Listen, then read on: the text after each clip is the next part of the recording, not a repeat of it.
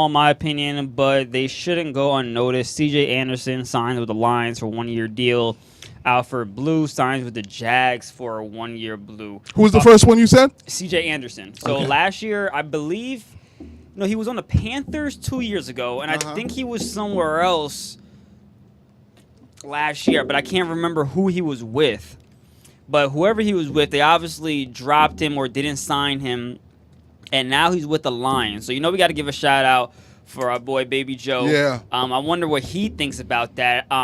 Right now, the Lions, if they still have LeGarrette Blount, That's not his guy. His guy is, who's the Auburn running back? He's got a running back's name too. well, I think LeGarrette Blount was on the Lions though last year because He was. he went there with Patricia. there you go. He with Matt. So, if he's still with the Lions, I don't see what C.J. Anderson does for them. But it's not Blunt that is the running back of the future there. I can't think of the kid he's from Auburn. He's got a carry on. There you go. Carry on Johnson. Carry on Johnson, and he got hurt. That's why I call it running back's name. Yeah. Carry on. Yeah.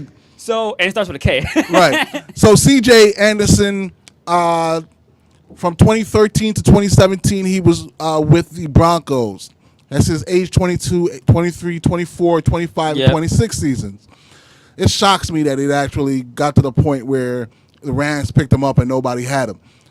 Because here's why. 2017, There you go. Rams. with Denver, he ran for 1,000 yards. And this is what I mean about general managers all around sports. They're so bad. How does this guy not have a job? Granted, 1,000 yards is not really a big deal, but 245 carries, workhorse type stuff, 1,007 yards, 4.1 a carry. That guy doesn't have a job to start. Didn't have a job to start. Well, let me not say that because he started with Carolina. He got into 9 games for Carolina. Okay. Started 1 game for Carolina, but we know, of course, about the rise of Chris McCaffrey. Yep. So that's why he had to let him go last year. Right. Yep. I don't even know if I would have let him go, but so 24 carries, 104 yards. Still 4.3 a carry. Right. That's a good fantasy game. 24 for 104, and then they must have released him, and I'll check the transactions to make sure. And then the Rams picked him up, and he then played only 2 games in the regular season for the Rams, and in those 2 games got 300 yards. And I think he didn't he play into the playoffs too? They didn't give him the ball. They gave him the ball in the first game, but in the NFC Championship, that's what everybody.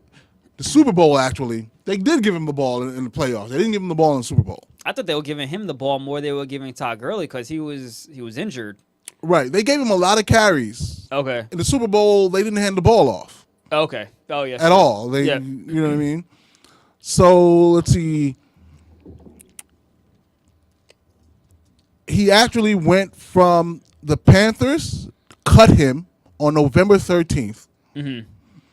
December 5th, he signed with the Raiders.